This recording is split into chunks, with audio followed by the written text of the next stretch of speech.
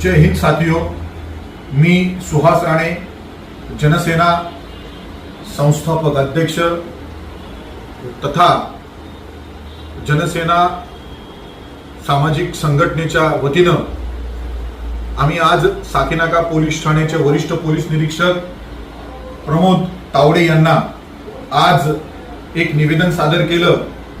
या निवेदनामध्ये आम्ही असं म्हटलं आहे की मुंबईमध्ये आणि साकीनाका पोलीस स्टेशनच्या हद्दीमध्ये चालत असलेल्या अवैध ऑनलाईन लॉटरी दुकानं त्वरित बंद करण्यात यावे।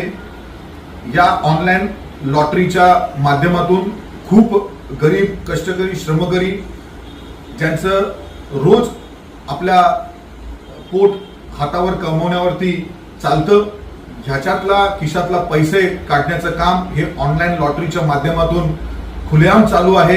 हा जुगार आहे, हा एक पद्धतीचा खूप मोठा आर्थिक चोरी केली जाते आणि या माध्यमातून गोरगरीब जनतेचा पैसा लुबाडला जातो।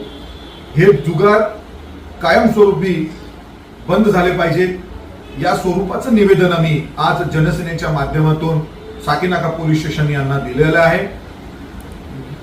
या ऑनलाईन लॉटरीच्या अवैध धंद्याचा पूर्णपणे भांडाफोड आम्ही काही दिवसानंतर जरूर करणार आहोत। आम्ही या महाराष्ट्र शासनाला तसेच मुंबई पोलीस कमिशनरांना सुद्धा पत्रव्यवहार गेल्या 5 मेला केला आहे। जर आम्ही दिलेल्या निवेदनावरती लवकरात लवकर महाराष्ट्र शासनानं मुंबई पोलिसांना जर कारवाई केली नाही तर मोठ्या प्रमाणात जनतेच्या माध्यमातून, जनसेनेच्या माध्यमातून आम्ही जन आंदोलन करणार आहोत आणि हे अवैध ऑनलाईन लॉटरी व्यवसाय जोपर्यंत बंद होत नाही तोपर्यंत आमची ही लढाई सुरूच राहणार आहे।